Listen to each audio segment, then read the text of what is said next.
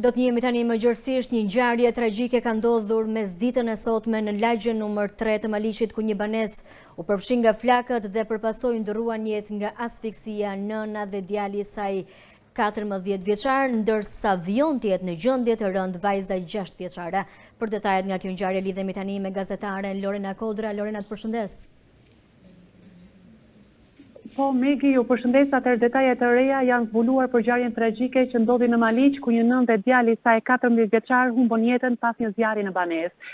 Zjarri dyshohet se ka rënë në ambientet e kuzhinës së banesës. 2 fëmijët janë gjetur jashtë shtëpisë së tyre në gjendje të rëndë shëndetësore për shkak të asfiksisë nga tymi. 14 vjeçari u gjet në gjendje të pa vetëdijshme, ndërsa motra e tij 6 vjeçare ishte e vetëdijshme në momentet e para. Të dyve ju dha ndihma e parë në vendngjarje dhe më pas u transportuan me urgjencë në spitalin rajonal të Korçës. Ndërkohë, nëna e tyre, Merjeme Hazizllari, u gjet pa shenja jete pranë derës së kuzhinës e asfiksuar nga tymi. Fatkeqësisht, pas nënës edhe 14 vjeçari nuk mundi të mbijetonte, ndërsa e motra e tij, 6 vjeçe, ndodhet aktualisht në gjendje të rëndë shëndetësore nën kujdesin e mjekëve. Për këtë ngjarje të rëndë kanë folur edhe banorët, të cilët tregojnë një anë tjetër të kësaj familje. Sipas banorëve, familja jetonte në kushte të vështira ekonomike, por njihej e qetë dhe punëtore. Burri i shtëpisë punonte çdo ditë, ndërsa gruaja qëndronte në shtëpi me 2 fëmijët e saj, të cilët vuanin nga autizmi.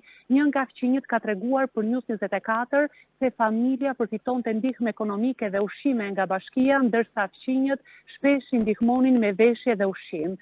Gjatë momentit të tragjedisë, fëmia tregon se vajza e vogël arriti të shpëtonte duke u hedhur nga dritarja, ndërsa nëna dhe djali 14 vjeç nuk arritën të mbijetonin. Vajza u shpëtua më pas nga një grua e zonës, e cila ndodhej rastësisht aty pranë dhe dëgjoi thirrjet për ndihmë. Një tjetër komshi për News 24 e ka konfirmuar edhe një herë se familja përballej me vështirësi të mëdha ekonomike dhe se nëna ishte e qetë dhe përkushtuar ndaj fëmijëve të saj.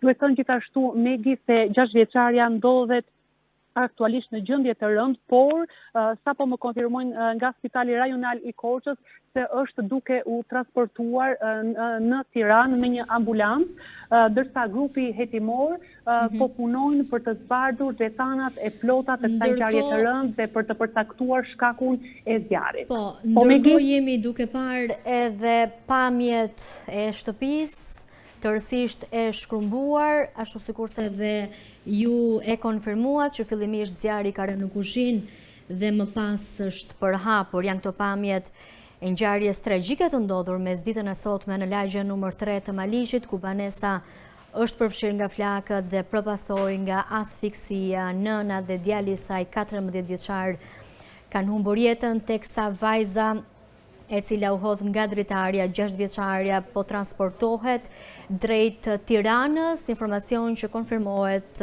deri në këto momente, teksa këto janë pra pamjet e ngjarjes së ditës së sotme. Banesa është tërësisht e shkrumbuar, në të ndodhej nëna së bashku me 2 fëmijë, të cilët sipas informacioneve vuanin edhe nga spektri autik. Ngjarja e rëndë ka shkaktuar 2 viktima të banesës. Dua të theksoj faktin që si fillim ka marrë zjarr një dyshek spungjeri dhe më pas dyshek të cilin po e shohim përmes pamjeve. Po.